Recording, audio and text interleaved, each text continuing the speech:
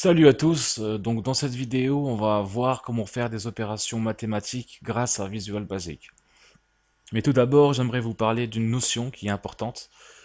Et pour vous en parler je vais commencer par déclarer une variable nombre un qui sera un integer. Voilà.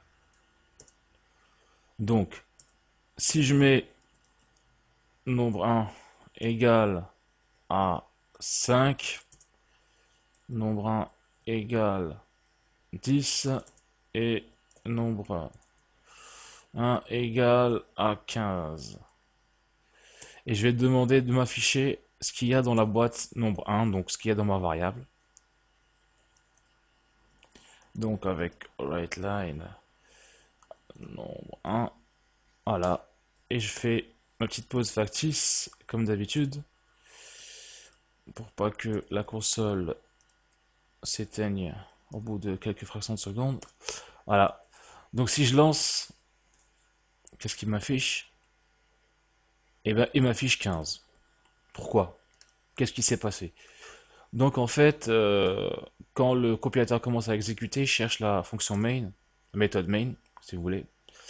Et donc, il commence par déclarer la variable et commence à exécuter les instructions du plus haut au plus bas. Donc voilà, il commence par la première, la deuxième, la troisième, la quatrième, la cinquième.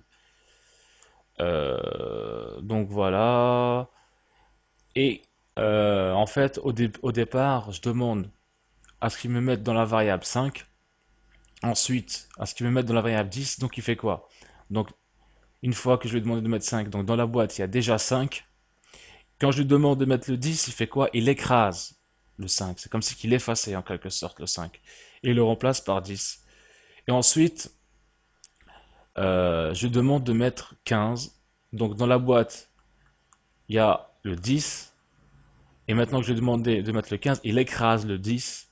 Et il me met 15, ce qui fait que au final, dans ma boîte nombre un, il y a le nombre 15. Et donc quand je lui demande d'afficher nombre un, j'ai 15 puisque ma variable maintenant a pour valeur 15.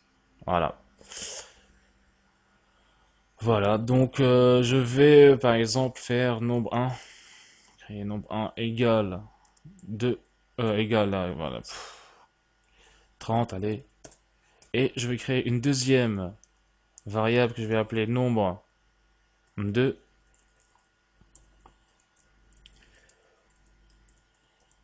Voilà.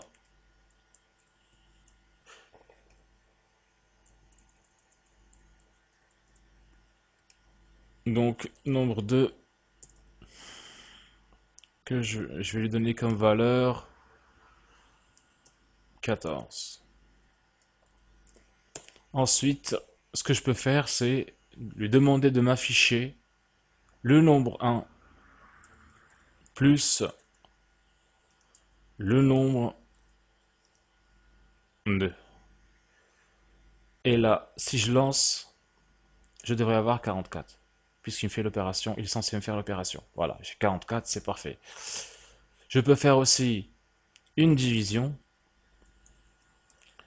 avec le slash. Et là, j'ai 2,1428, etc. Si je fais euh, une multiplication, j'ai 420. Si je fais euh,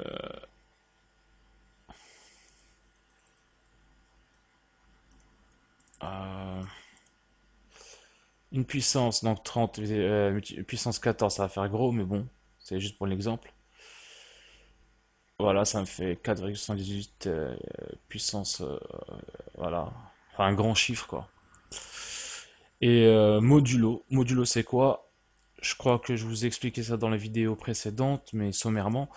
Donc modulo en fait, il va diviser le 30 divisé par 14, donc 30 divisé par 14, ça me fait 2, et il me reste 2, puisque 14 divisé par 2 égale 28, et là normalement je devrais avoir 2 si tout se passe bien.